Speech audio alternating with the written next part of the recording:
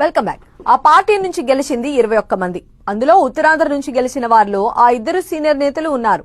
Party పెట్టినప్పటి నుంచి కష్టపడ్డ నేతలు కాస్త కూటమి ఊపిలో ఎమ్మెల్యేలు అయ్యారు. ఆ తర్వాతే అసలు ఆట మొదలు పెట్టారట. వాళ్ళిద్దరి నిర్వాకంతో ఇటు ప్రభుత్వానికి అటు జనసేన పార్టీకి చిక్కులు తప్పడం లేదట.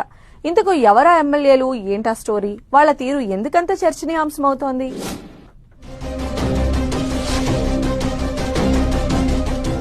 ఆ ఇద్దరు జనసేన ఎమ్మెల్యేలపై తీవ్ర అలిగేషన్. ఎమ్మెల్యేలు విజయ్, వంశీకృష్ణ శ్రీనివాస్ తీరుపై చర్చ. జనసేన అధినేతకు చిక్కులు తెచ్చిపెడుతున్నారన్న టాక్. సెటిల్మెంట్లు, వసూళ్లు అంటూ ఆరోపణలు. ఉమ్మడి విశాఖ జిల్లాలోని ఇద్దరు జనసేన ఎమ్మెల్యేల వ్యవహారం హాట్ టాపిక్ అవుతోంది. దశాబ్దాలుగా రాజకీయాల్లో ఉన్న మొన్నటి ఎన్నికల్లోనే మొదటిసారి ఎమ్మెల్యేలయ్యారు. జనసేన పార్టీ నుంచే ఇద్దరు ప్రాతినిధ్యం వహిస్తున్నారు.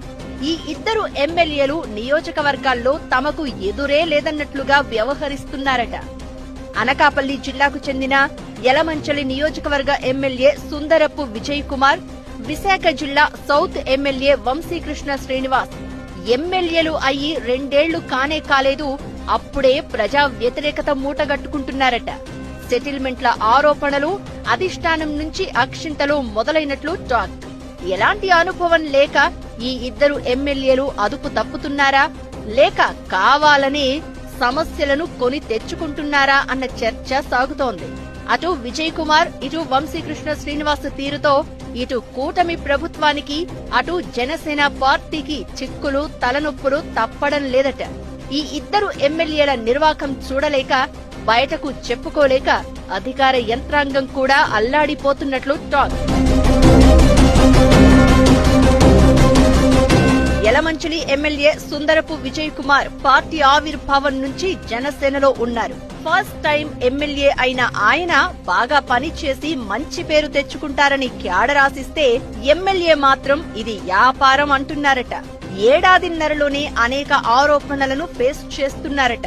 రియల్ ఎస్టేట్ సెటిల్మెంట్లు, సెజ్లో కంపెనీల యాజమాన్యాలకు ఇబ్బందులు వంటి అంశాల్లో విజయ్ కుమార్ కార్నర్ అవుతున్నారు. లేటెస్ట్ గా అచ్యుతాపురం మండలం దుప్పుతూరు గ్రామంలో 100 కోట్ల విలువైన 33 ఎకరాల భూ వివాదంలో ఎమ్మెల్యే తలదూర్చారు అని గుసగుసలు వినిపిస్తున్నాయి. సెటిల్మెంట్ కోసం డిమాండ్ చేశారని, అడ్వాన్స్ రూపంలో కొంత సొమ్ము తీసుకుని పరిష్కారం చేయకుండా పెండింగ్ లో పెట్టారు అని బాధితులు రోడ్డెక్కుతున్నారు. మీడియా ముందుకు వచ్చి ఆధారాలు కూడా చూపుతున్నారు. రెవెన్యూ, పోలీసు అధికారుల సహకారంతోనే ఎమ్మెల్యే సుందరపు విజయ్ ఇష్టం వచ్చినట్లు నడుచుకుంటున్నట్లు బాధితులు గగ్గోలు పెడుతున్నారు.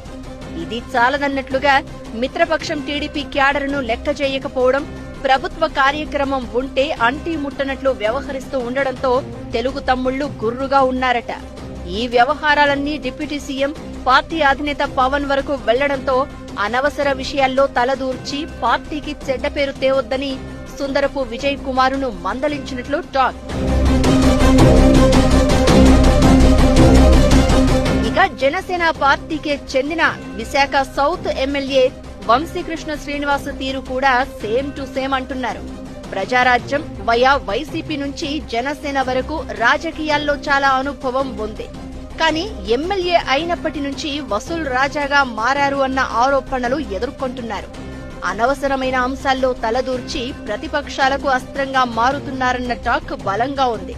హోటల్స్ లో పేకాట డెన్లు, ఆన్లైన్ బెట్టింగ్ ఆర్గనైజర్స్ కు వంశీ అండగా ఉంటున్నారని ఆరోపణలు ఉన్నాయి. కొద్ది రోజుల క్రితం ఓ అపార్ట్మెంట్ లో బెట్టింగ్ ముఠా పట్టుబడితే నిందితులను ఎమ్మెల్యే కాపాడారు అని, ఆయా గ్యాంగ్స్ నుంచి ఎమ్మెల్యే వంశీకి నెలవారీ కమిషన్లు ముడుతున్నాయని విపక్షాలు ఆరోపిస్తున్నాయి. ఎమ్మెల్యే వంశీ కంటే ఆయన అనుచర గణం తెచ్చిపెడుతున్న సమస్యలే ఎక్కువగా ఉన్నాయట. నియోజకవర్గంలో ఎక్కడ బిల్డింగ్ కట్టాలన్నా, ఎన్ని అనుమతులు ఉన్నా సరే ఎమ్మెల్యే గ్యాంగ్ పర్మిషన్ ఉంటేనే జరగాలట. వారికి కప్పం కడితేనే పని జరుగుతుంది, లేకుంటే నిలిచిపోవడం ఖాయమన్న గుసగుసలు వినిపిస్తున్నాయి. విశాఖలో జైలు రోడ్డు దగ్గర ఉన్న ఫుడ్ కోర్టులో స్టాల్ పెట్టుకోవడానికి ఒక్కో వ్యాపారి నుంచి వంశీకృష్ణ అనుచరులు లక్షలాది రూపాయలు వసూలు చేశారనే ఆరోపణ ఉంది. అయితే ఆ స్టాల్స్ ను ఈ మధ్యే అధికారులు తొలగించడంతో బాధితులు ఎమ్మెల్యే వంశీని కార్నర్ చేస్తూ ఆందోళనలు చేశారు. ఇప్పటికీ ఈ వ్యవహారం ఇంకా కొలిక్కి రాలేదు. ఇలా వంశీకృష్ణ కూడా తొలిసారిగా ఎమ్మెల్యే అయినా ఏడాదిన్నరలోనే అలిగేషన్స్ కు కేర్ ఆఫ్ గా మారడం చర్చనీయాంశంగా మారింది.